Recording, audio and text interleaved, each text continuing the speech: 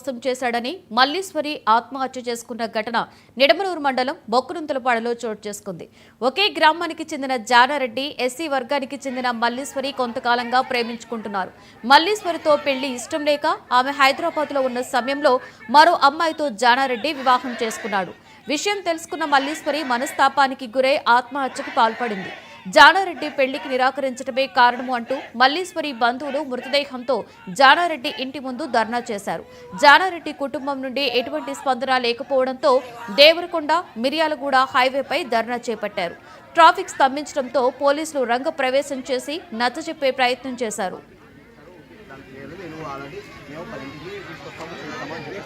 ధర్మారపు మల్లేశ్వర్ అనే యువతి అదే గ్రామానికి సంబంధించిన కుక్కల జానారెడ్డి అనే యువకుని ప్రేమించింది.